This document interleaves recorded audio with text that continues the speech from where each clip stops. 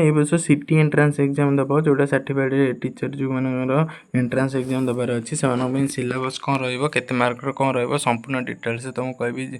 आउ कोर्स जो DELED जो कोर्सटा रनरल उर्दू तेलुगु जो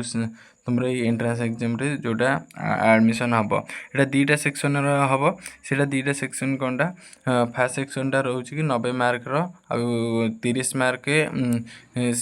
फास्ट सेक्शन जोटा रोचे दुईटा सेक्शन रोचे 30 मार्क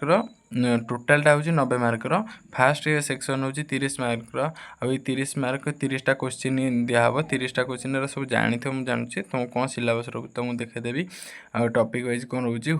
आउ सेक्शन 2 रे 60 मार्क फास्ट 30 तापरटा 60 टोटाल हम 90 आउ एरा सब MCQ रहा सब गोटे गोटे मार्क बुझिपार कि सेमती गोटे गोटे मार्क कौन सेक्शन 1 सेक्शन 1 तुमको देखे दूसरी जोटा 30 मार्क हम language English language education and general awareness आउ रीजनिंग आउ टीचिंग एप्टीट्यूड यहाँ आसो सब अधिक कौटार कि इंग्लिश लैंग्वेज रे सब 10 आसो आउ रीजनिंग रु 10टा आउ ये दुटारू 5 आसो सब कहते एक मार्क टोटाल है 30 मार्क सेमती है सेक्शन 1 सेमती सेक्शन 2 कौन तुमको कहीदे सेक्शन 2 रो देखे देवी तुमको टॉपिक वाइज टीचिंग एप्टीट्यूड रो कौन कौन सब देखा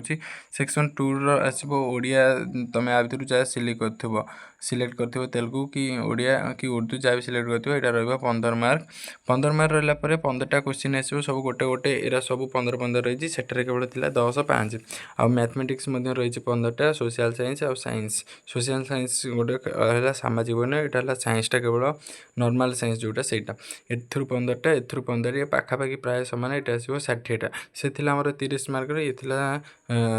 60 टोटाल है 90 मार्क हम आउ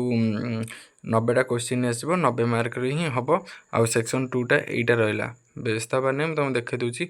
हाँ फास्ट कौन रोला सेक्शन 1 जो इंग्लिश रोला यहाँ कंप्रेसन भोकाबुलारी और एसएसजी यही 3टा ही केवल आसो ऑफिशियल नोटिस आ बाहर किसी भी आसबनी आउ एजुकेशनल आउ जनरल अवेयरनेस कौन everyday science political system and its evolution general information educational commission and committee new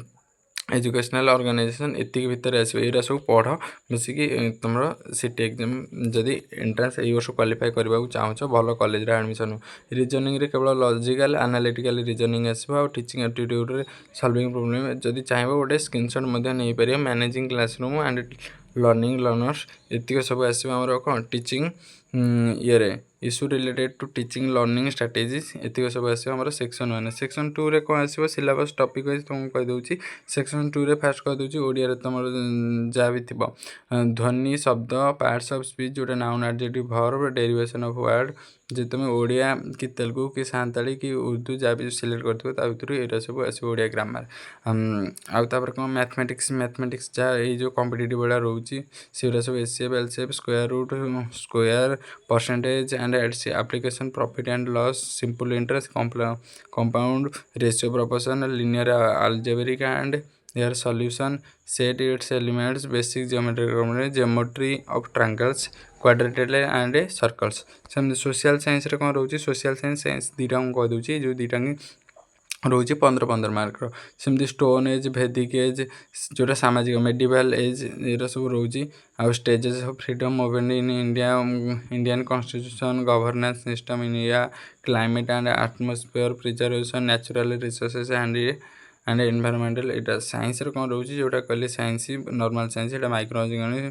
structure and adaptation in plant cell and animal cell chemical reaction different state of characterise of matter chemical force energy यहाँ जो normal science यहाँ भी से 15 mark total रोचे आम 60 mark ये तुमको तुम बस पढ़ार अच्छी ये रहा 30 मार्क ये रहा 60 मार्क यही 60 मार्क को जब जगीदेव 30 मार्क भी जब 15 पढ़ाइला ना ताहले भी तुम 75 प्लस